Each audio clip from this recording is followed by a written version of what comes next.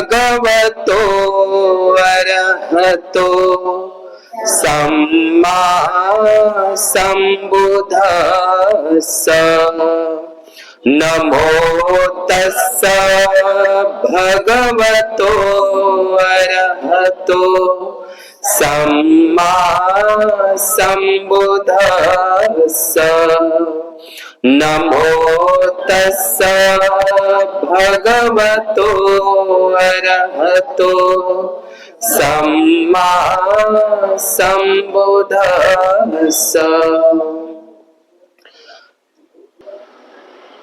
महान कारुणिक अरहत सम्यक संबुद्ध, या सम्यक संबुद्धाने 2500 वर्षापूर्वी सुआख्यात केलेला, सुस्पष्ट केलेला, सरळ मार्गी निब्बाणगामी, निब्बाण अशा महान परम सुखाकडे घेऊन जाणारा, आदि कल्याणकारी, मध्य कल्याणकारी आणि अंतिमही कल्याणकारी असा ऊसाप्रमाणे हा गोड असणारा हा सद्धम्म, या सद्धम्माचा अहोरात्र प्रचार आणि प्रसार करणारा भगवंताचा अर्य भिक्खू सावक संघ, बुद्धाचे 9 गुण, धम्माचे 6 गुण आणि संघाचे 9 गुण, या त्रिरत्नातील 24 गुणांचे स्मरण करून देवानंद पियदसी धम्मदायाद महान सम्राट अशोक मौर्य, ज्यांनी भगवान बुद्धांच्या 84,000 धम्म स्कंधांचा प्रतीकात्मक म्हणून 84,000 महास्तूप, 84,000 महाविहार, 84,000 धम्मस्तंभ, 84,000 धम्म शिलालेख आणि 84,000 बौद्ध विद्यापीठाची निर्मिती करणारे, ज्या ज्या ठिकाणी महास्तूप 84,000 बांधले, ज्या ज्या ठिकाणी 84,000 महाविहार उभी केली, त्या त्या ठिकाणी बोधगयेचं बोधी वृक्ष त्या ठिकाणी लावलं. आणि इथपर्यंतच हा महान राजा थांबला नाही, तर त्यांनी आपला मुलगा राजकुमार महामहेंद्र, आपली मुलगी राजकुमारी संघमित्रा, आपली दुसरी मुलगी चारुवती हिला नेपाळमध्ये पाठवून आणि अरहत जे भिक्खू आहे त्या अरहत धम्म महामात्रांना देश विदेशामध्ये पाठवून बौद्ध धम्माचा प्रचार आणि प्रसार केला. तो महान राजा, धम्मदायाद राजा म्हणजे सम्राट अशोक मौर्य, ज्याला काही लोक धम्मा अशोक म्हणतात. काय म्हणतात? धम्म अशोक. त्याच्या अगोदर त्याला लोक चंड अशोक म्हणायचे. या सम्राट अशोकाच्या नंतर जो दुसरा राजा होऊन गेला त्याचं नाव आहे दानशील सूर्य राजा म्हणजे बौद्ध सम्राट हर्षवर्धन. त्याही नंतर जगामध्ये पहिल्यांदा गांधार देशामध्ये म्हणजेच आजच्या अफगाणिस्तान परिसरात आणि मथुरा या राज्यामध्ये एकाच वेळी गांधार आणि एकाच वेळी मथुरा या ठिकाणी बुद्धाची पहिल्यांदा मूर्ती शिक्क्यांवर निर्माण करून आणि बुद्ध मूर्तीची निर्मिती पहिल्यांदा करणारा, एकाच वेळी गांधारला आणि एकाच वेळी मथुरेला बुद्ध मूर्तीची निर्मिती करणारा तो महान राजा, जे कॅलेंडर आपण भिंतीवर लावत असतो ज्याला शक संवंत म्हणतात, असा शक कुशाण राजा बौद्ध सम्राट कनिष्क, ज्यांनी बुद्धाची मूर्ती पहिल्यांदा जगामध्ये निर्माण केली. या बौद्ध सम्राट कनिष्काच्या नंतरही जे गुप्त बौद्ध राजे झाले, पाल बौद्ध राजे झाले, वाकाटक बौद्ध राजे, हे सगळे नागवंशी राजे. आणि या महाराष्ट्रामध्ये जेवढ्या काही बौद्ध लेण्या आहे, महाराष्ट्रातल्या जेवढ्या काही बौद्ध लेण्या म्हणजे अजिंठा, वेरूळ, कार्ला, भाजे, बेडसे, कोंडाणे, महाराष्ट्रामध्ये सर्वात जास्त बौद्ध गुफा आहे, बौद्ध लेण्या आहे, ज्याला बुद्धिस्ट केव्स म्हणतात. तर या महाराष्ट्रामध्ये ज्या काही लेण्या आहे, लेण्या म्हणजे काय, ज्याच्यावर काहीतरी कोरीव काम आहे, बुद्धाच्या मूर्त्या आहे, स्तूपा आहे, चैत्य गवाक्ष आहे. तर जे लिखाण केलेलं आहे बुद्धाची वाणी पाली प्राकृत मध्ये जी कोरलेली आहे म्हणून त्याला लेणी म्हणतात. समजलं ना?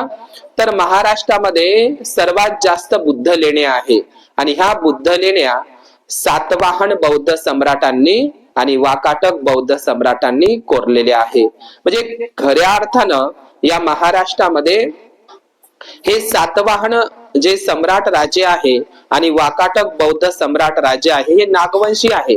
आणि या राजांनी काय केलं, संपूर्ण महाराष्ट्रामध्ये आणि महाराष्ट्राच्या बाहेरही महास्तूपांचा जीर्णोद्धार केला, महास्तूपांचं रिकन्स्ट्रक्शनचं काम केलं आणि महाराष्ट्रामध्ये आणि महाराष्ट्राच्या बाहेरही बौद्ध लेण्या खोदल्या.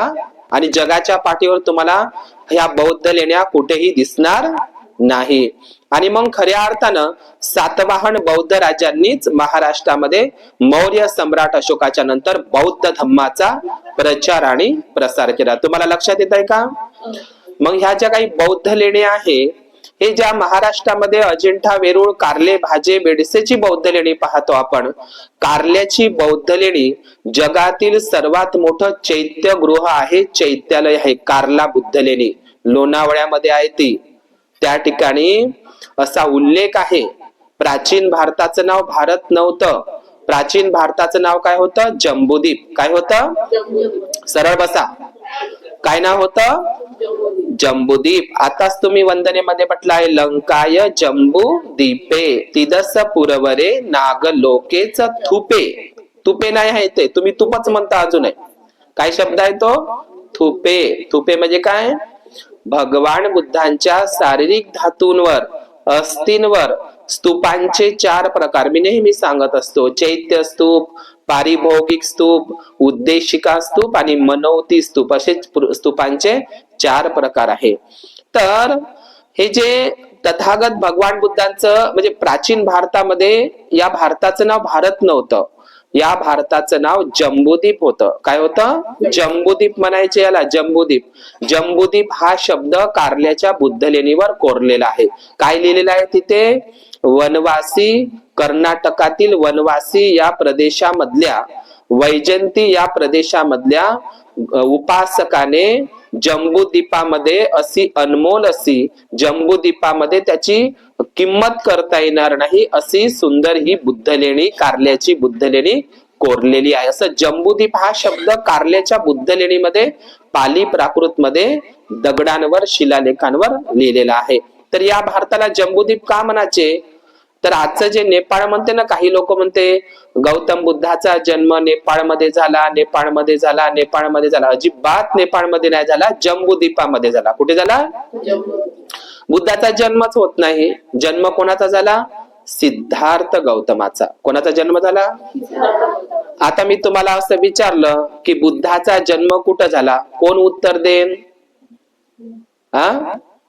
सांगा बरं. तथागत बुद्धांचा जन्म कुठे झाला? काही जण म्हणते लुंबिनी. आणि आता सांगा बरं, सिद्धार्थ गौतमाचा जन्म कुठं झाला? लुंबिनी वनामध्ये. सिद्धार्थ गौतमाचा जन्म लुंबिनी वनात, बुद्धाचा आहेच का? कोणाचा जन्म झाला? सिद्धार्थ गौतमाचा जन्म लुंबिनी वनामध्ये झाला, बुद्धाचा नाही. कोणाचा? बुद्ध झाले होते का ते? त्याच्या अंगावर चिवर होते का तेव्हा? मग कोणाचा जन्म झाला तो?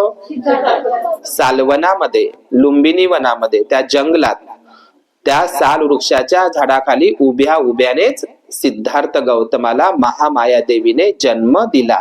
10 महिने आपल्या पोटामध्ये वाढवलं असं लिहून आहे का नाही बुद्धानीस धम्मामध्ये? समजलं तुम्हाला?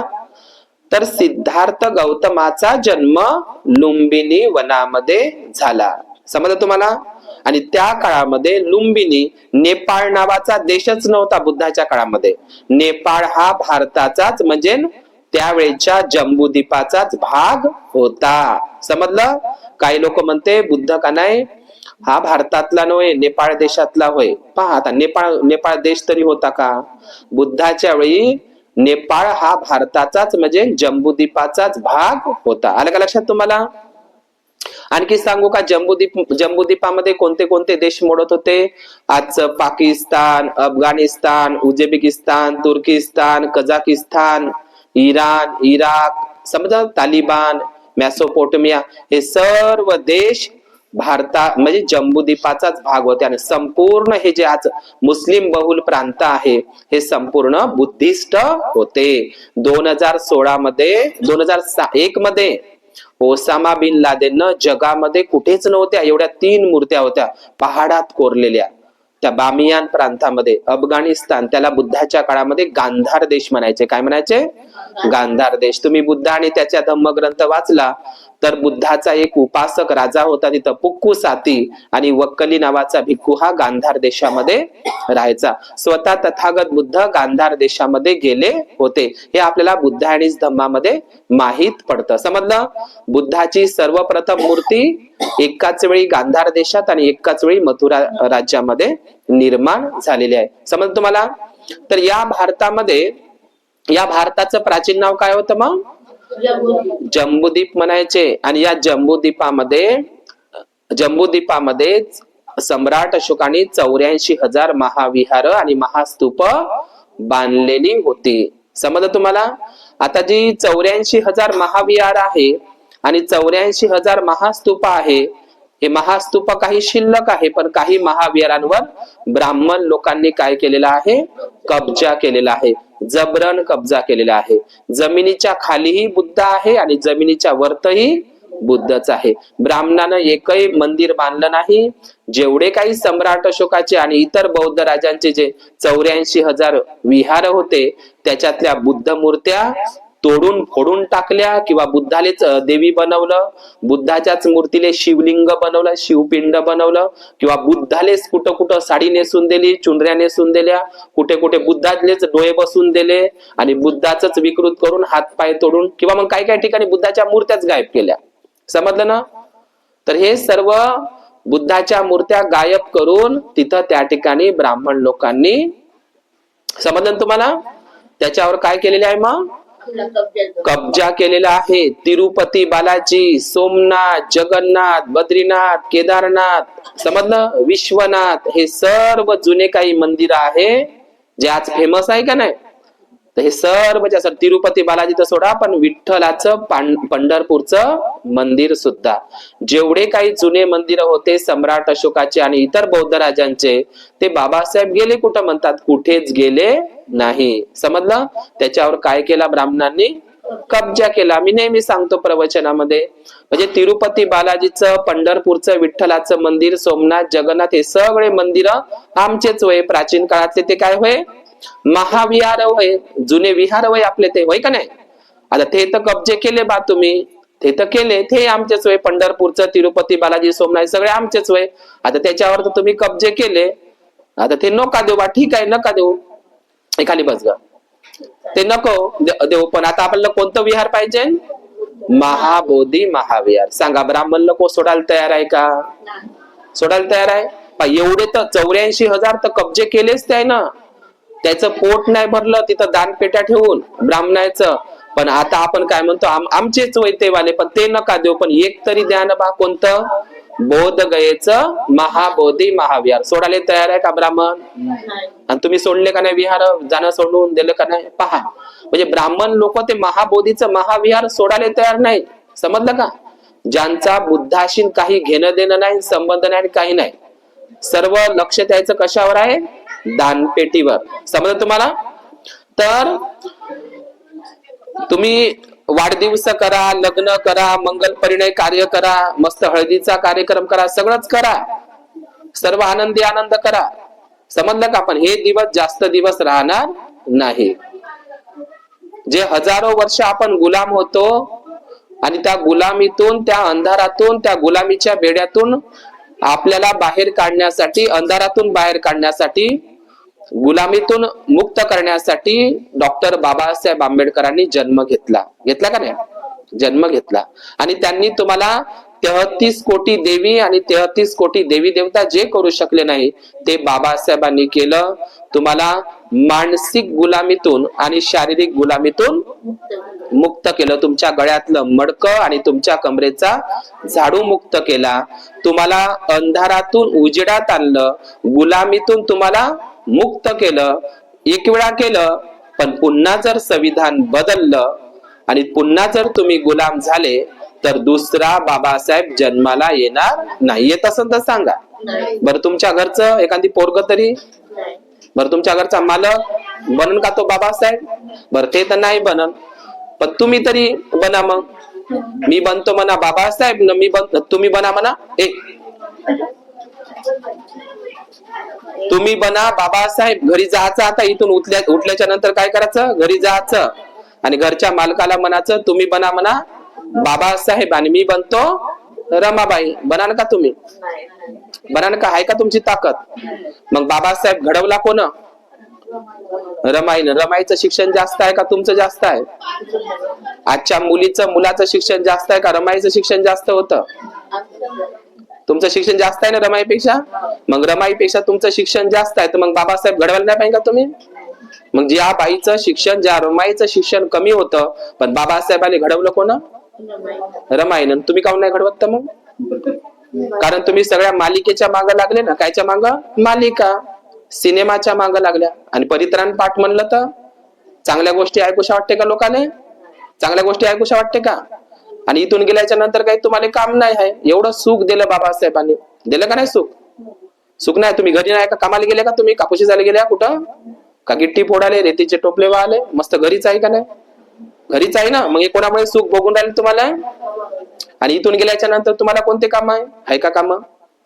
बरं इथं गेल्याच्या नंतर तुम्ही 4 बाया एखाद्याच्या घरी बसल्या, तर काय तिथं बुद्धाच्या आणि बाबासाहेबांच्या रमाबाईच्या चांगल्या गोष्टी होते? मग कोणत्या गोष्टी होते? फालतू चाड्या चुगल्या. समजलं का? पण आपल्याला चांगलं घ्यायचं नाही. घ्यायचं आहे का चांगलं? चांगल्या धम्माची वाणी ऐकायची आहे का? चांगलं शिकायचं आहे का? अजिबात शिकायचं नाही. आम्हाला तसंच राहायचं आहे ना गंध.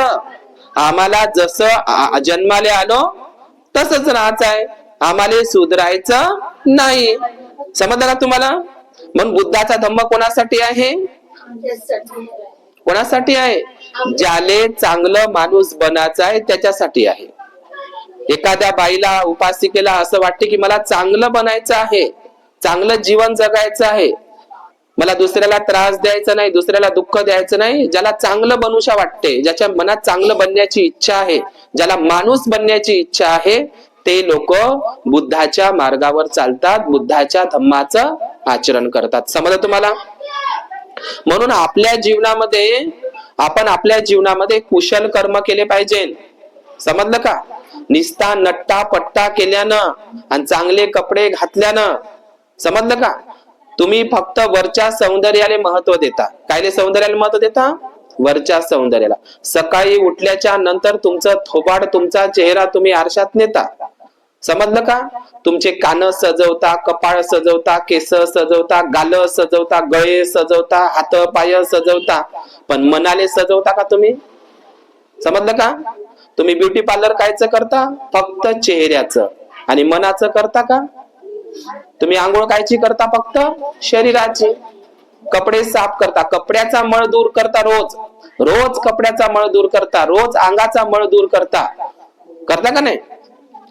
रोज घरादारातला मळ तो साफ करता तुम्ही, स्टाईलचा तो मळ साफ करता. पण मनामध्ये जो एवढा मोठा मळ साचलेला आहे, याला कोण साफ करण? कोण साफ करण? समजलं का? बुद्धाच्या धम्माचं कामच ते आहे. म्हणून बुद्धानं सांगितलंय, काय सांगितलंय बुद्धाने त्याच्या धम्मग्रंथामध्ये?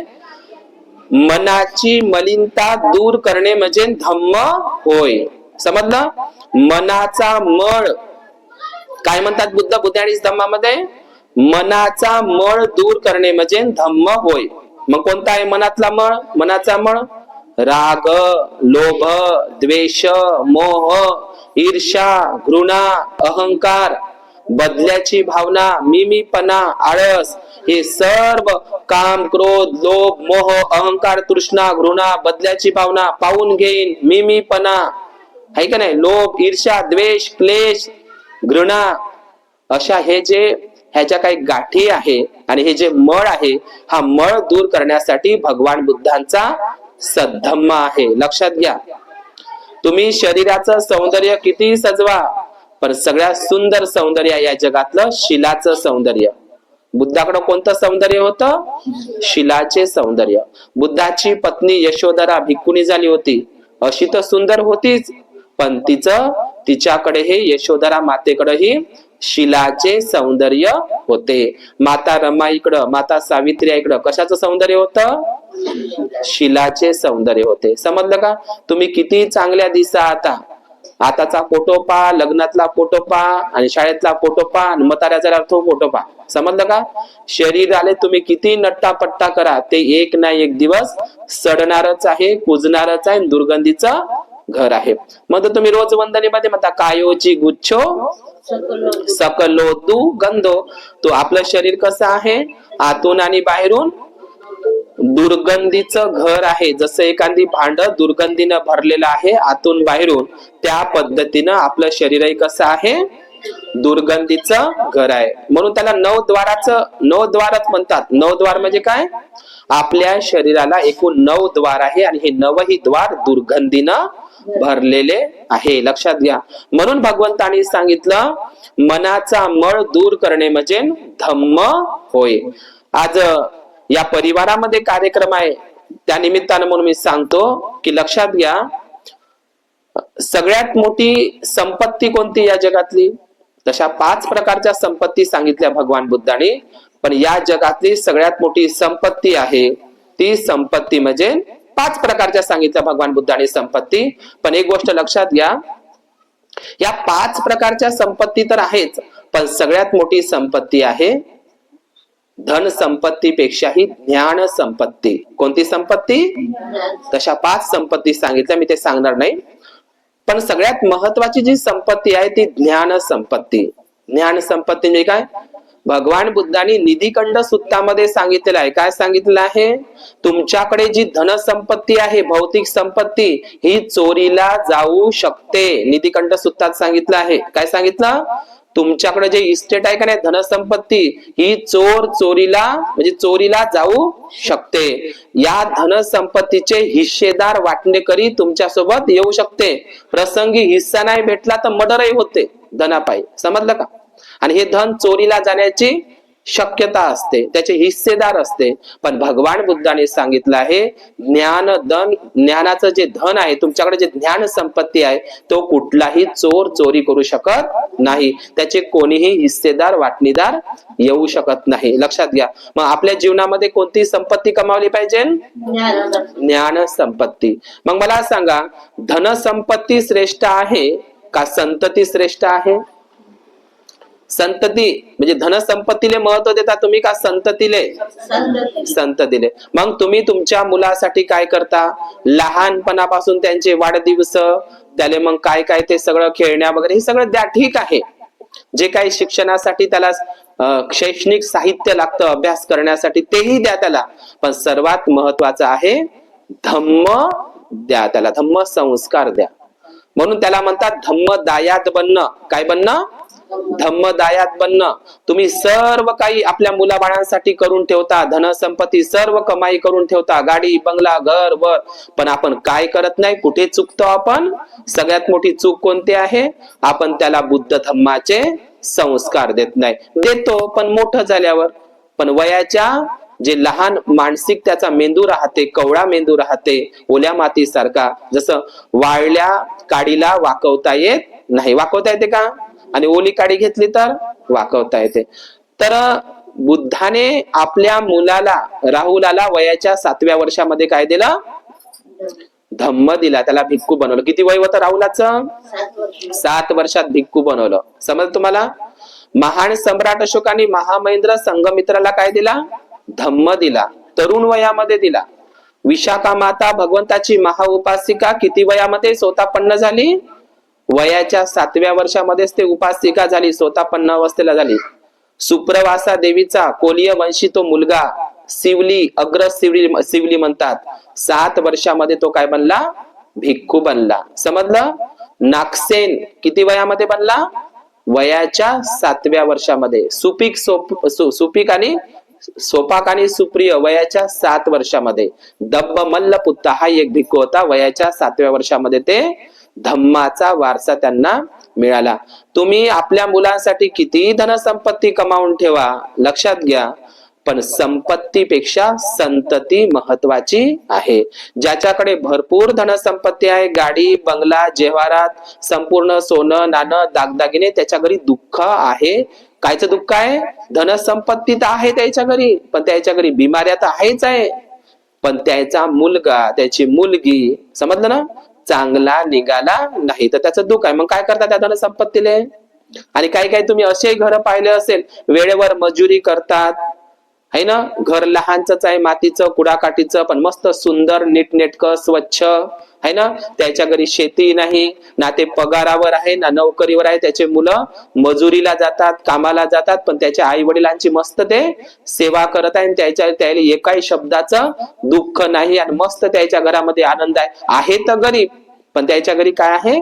बुद्ध धम्माचे संस्कार आहे, आनंद आहे, सुख आहे. आणि ज्याच्या घरी महालमाडी आहे, तुम्हाला वाटते महालमाडी बांधली म्हणजे लयच सुख असते बा, लयच मस्त असते, काही नाही. महालमाडी म्हणजे काय? सगळं दुःख आहे. नसेल तर सांगा, इथं बसलेल्या सगळ्या उपासिकाने सांगा बरं, तुमच्याकडे सुख आहे का दुःख आहे? दुःख आहे का नाही? पाय एकही जण नाही म्हणणार, इथं एकाच हात वरत होणार नाही का मला सुखही सुख आहे म्हणून. समजलं का तुम्हाला? म्हणून धनसंपत्तीपेक्षा कशाला महत्व द्या? संततीला. आपल्या मुलाबाळांना शिबिराला पाठवलं पाहिजे. तुम्ही बुद्ध धम्माच्या मार्गावर तुमच्या मुलाबाळांना आणणार नाही ना, तर तुमच्या संपत्तीला काही अर्थ नाही. तुम्ही किती काबाड कष्ट करून संपत्ती कमवा, पण त्याला जर तुमच्या मुलांना जर संस्कार मिळाले नाही, योग्य वयात बुद्ध धम्माचे संस्कार मिळाले नाही, तर तुमची कमावलेली संपत्ती सुद्धा तो खतम केल्याशिवाय, नष्ट केल्याशिवाय राहणार नाही. म्हणून आपल्या मुलाबाळांना बालपणामध्येच धम्म सांगितला पाहिजे. बोलता आल्याबरोबरच त्याला पंचशील शिकवलं पाहिजे, त्याला शिबिराला पाठवलं पाहिजे. समजलं का तुम्हाला? आणि दुसरी गोष्ट, तुमचे मुलं जर बुद्ध धम्माच्या मार्गावर असतील, तुमच्या घरातले लोक शीलाचं आचरण करणारे असतील, तर आपल्या घरामध्ये सुख शांती नांदत असते. लक्षात घ्या, तुमच्या घरामध्ये सुख शांती नांदावी याकरिता आपल्या मुलाबाळांवर चांगले संस्कार करा. मला सांगायचं एवढंच आहे की आपल्या मुलाबाळांना जो वारसा देता तुम्ही, वारसा कोणता देता? माझ्या मुलासाठी हे करून ठेवावं लागेल, माझ्या मुलासाठी ते करून ठेवावं लागेल, हे करून ठेवावं लागेल, ते करून ठेवावं लागेल. त्याच्यासाठी तुम्ही रात्रीचा दिवस करता, सगळं करून ठेवता, पण आपण उपासक उपासिका चुकतो कुठं? आपल्या मुलांना आपण धम्म संस्कार देत नाही. काही काही आई वडील तर जाणून बुजूनही देत नाही. जाणून बुजून मला तर वाटते प्लॅनही करता का काका, का माझा मुलगा माझी मुलगी बुद्ध विहाराकडे वळलीच नाही पाहिजे, बुद्धाच्या धम्माकडे वळलीच नाही पाहिजे, भंतेजीकडे गेलीच नाही पाहिजे, इकडच राहिली पाहिजे, माझ्याकडे पैसे कमावत, असे काही काही लोक प्लॅन करत आहे आपल्या समाजातले, आहे का नाही? मग काय भंतेजी काय झाडाला लागतील का? आणि तुम्हाला तर चांगले भंतेजी पाहिजे असं होईल का? आपले मुलं नाही बनवत, 10 दिवसाचं शिबिराला पाठवत नाही, साधा बुडग्याला पाठवत नाही, आहे का नाही? भंतेजी भेटेल का तुम्हाला? भेटणार नाही. म्हणजे शेजारच्या घरी बाबासाहेबांनी जन्म घ्यावा, माघारी नाही घेतला पाहिजे अशी भावना ठेवू नका. आपल्याला जो बाबासाहेबाचा धम्म आहे, उपासक उपासिका भिक्खू आणि भिक्खुणी हे 4 धम्माची रथ आहे, तेव्हाच आपला हा धम्मरथ पुढे जाऊ शकतो. समजलं तुम्हाला? मग आपल्या मनाचा हा मळ दूर करा. या मनाचा मळ दूर करण्यासाठी आपण सदैव काय करायचं आहे? कुशलस्य उपसंपदा. नेहमी कुशल कर्म करा. सचित्त परियोदपनं येतं बुद्धानं शासनं. म्हणजे कशी गाथा म्हणता तुम्ही? सब पापस्य अकर्ण. सब पापस्य म्हणजे काय? सब म्हणजे काय? सर्व. पापसम अकर्ण म्हणजे जे कर्म करण्याजोगे नाही. समजलं? जे कर्म केल्यामुळे मलाही दुःख होतं, दुसऱ्यालाही दुःख होतं, मलाही त्रास होतो आणि दुसऱ्यालाही त्रास होतो, असे पाप कर्म न करणं. मग पाप कर्म कशाने होते? कायेनं होते. काय न होते? कायेनं. वाणीनं वाचेनं होते, मनानं होते. त्याला द्वारत येणं म्हटलंय, 3 द्वार, काया वाचा मनानच पाप कर्मही होते, पुण्य कर्मही होते, कुशल कर्म किंवा अकुशल कर्मही होत असते. काया वाचा मनाने कोणतंही पाप कर्म न करणं. मग काय करायचं म्हणते बुद्ध? सचित्त परियोदपणं. सचित्त म्हणजे काय होते? स्वचित्त. स्वचित्त म्हणजे काय? स्वतःचं मन, स्वतःच्याच चित्ताची काय करायची आहे? सर्वप्रथम कोणाच्या चित्ताची शुद्धी करा म्हणते? स्वतःच्या चित्ताची, आणि मग दुसऱ्याच्या. समज तुम्हाला? त्यालाच म्हणते सचित्त. स्वतःच्या चित्ताची म्हणजेच काय? मनाची शुद्धी करणे. एतं बुद्धानं शासनं. एतं बुद्धानं शासनं म्हणजे काय होते? हेच बुद्धाचं शासन आहे. शासन म्हणजे काय? शिकवण आहे. बुद्धाने म्हणायचं आहे, बुद्धाचं ते म्हणजे काय एज्युकेशन आहे, ते बुद्धाची शिक्षा आहे, ते शिक्षापद आहे. समज तुम्हाला?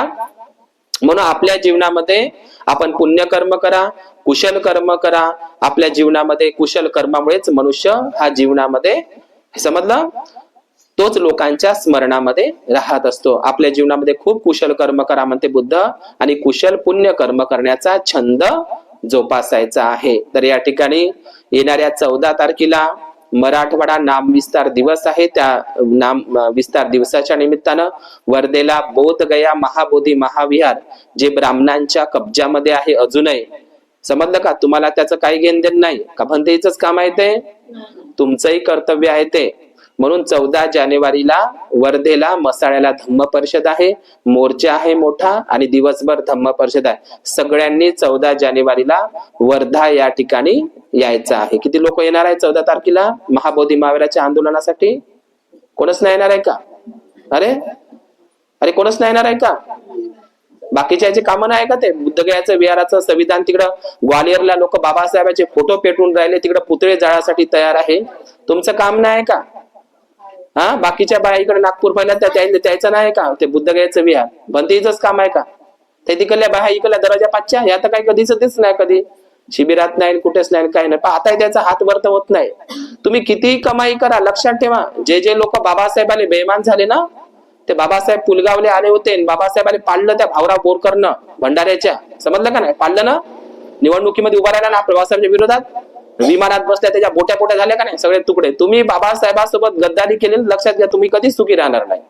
जे लोक, समजलं का, जे लोक बाबासाहेबाला बेईमान होतात, त्यांनी 4 लेकरं आपल्या समाजासाठी कुर्बान केले, रमाईला कुर्बान केलं. तुम्ही घराच्या बाहेर निघत नाही, बाया निघत नाही अजिबात. त्या बाया पाहिजे आता कशा निघते त्या 14 तारखेला वाण वाटाले. आपल्या बाया त्याच्यामध्ये धुतांगदारी चालल्या, वाण वाटाले. वाण वाटण्यापेक्षा गुण वाटा. काय वाटा? गुण वाटा, ज्ञान वाटा. ते वाण वाटून काही फायदा नाही. किती चांगल्या वाणाचे वाण वाण्यापेक्षा गुण वाटणं महत्वाचं आहे, ज्ञान वाटणं महत्वाचं आहे. सावित्रीबाईनं ज्ञान वाटलं, बुद्धाने 45 वर्ष ज्ञान वाटलं, ज्योतिबांनी ज्ञान वाटलं. तुम्हाला वाण वाटायला नाही सांगितलं. वाण वाटणी परंपरा आपली नाही आहे. 14 तारखेला त्या वाणाच्या भानगडीत पडायचं नाही. 14 तारखेला तिथे आंदोलनासाठी एका दिवसासाठी यायचं आहे. मी तुम्हाला काही दिल्लीला चाल म्हणत नाही. कुठे यायचं आहे? वर्धेला यायचं आहे सगळ्यांनी. 5 वाजेपर्यंत तिथेच भोजनदान वगैरे आहे, सर्व तिथेच यायचं आहे. आपलं सगळ्यांचं काम आहे ते, आहे ना, भिक्खू आणि भिक्खुनी, उपासक उपासिकांचं. त्या ठिकाणी सगळ्यांनी तुम्ही यायचं आहे असं मी सर्वांना आवाहन करतो. या ठिकाणी थांबतो. भवतु सब्ब मंगल, भवतु सब्ब मंगल. 18 तारखेला आपल्या प्रेरणाभूमीच्या मैदानामध्ये सुद्धा सिद्धनाथ जे महार आहे, भीमा कोरेगावचे जे सिद्धनाथ महार जे लढाई लढली ना, तर त्याची 18 किलोची तलवार अजूनही सांगलीला आहे. त्याचे वंशज आपल्या प्रेरणाभूमीला 18 तारखेला येणार आहे. 5 वाजता 18 तारखेला संध्याकाळी कार्यक्रम आहे प्रेरणाभूमीच्या मैदानात. ठीक आहे. सिद्धनाथ महार भीमा कोरेगावचा जो योद्धा आहे ना, त्यांचे वंशज मिलिंद इनामदार, समजलं, ते येणार आहे. 18 तारखेला तुम्ही प्रेरणाभूमीच्या मैदानात संध्याकाळी 5 वाजता उपस्थित राहायचं आहे. आपल्यासाठी गौरवाची गोष्ट आहे. आपल्या पुलगावात प्रथमच आणि वर्धा जिल्ह्यात प्रथमच सिद्धनाथ महाराजचे वंशज येणार आहे. ते त्याच्या घराचे, ते त्याचे कुळाचे आहे, रक्ताचे. ठीक आहे ना. तर 18 तारखेला मी सगळ्यांना आवाहन करतो. आतापासून या ठिकाणी थांबतो. या परिवारामध्ये संतोष भाऊसाहेब ना, भारत भाऊ नंदेश्वर आणि कोमलाई नंदेश्वर यांनी या ठिकाणी या कार्यक्रमासाठी मला आमंत्रित केलं. परित्राण म्हणजे काय, फक्त पूजन होय. परित्राण म्हणजे आपण धम्मदेशना सुद्धा ऐकली पाहिजे, हाच आपला मेन उद्देश असला पाहिजे, आहे का नाही. म्हणून सगळ्यांना मी पुन्हाच आवाहन करतो. सर्वांनी 14 तारखेला या. मी तुमच्याकडून अपेक्षा ठेवतो. सर्वांनी 10 वाजेपर्यंत तिथं पोहोचायचं आहे. त्या महाबोधी महावीराचा मोर्चा आहे आणि दिवसभर धम्म परिषद आहे. ठीक आहे. या ठिकाणी आपण धम्म पालन गाथा घेऊया. या ठिकाणी थांबतो. भवतु सब्ब मंगल, भवतु सब्ब मंगल.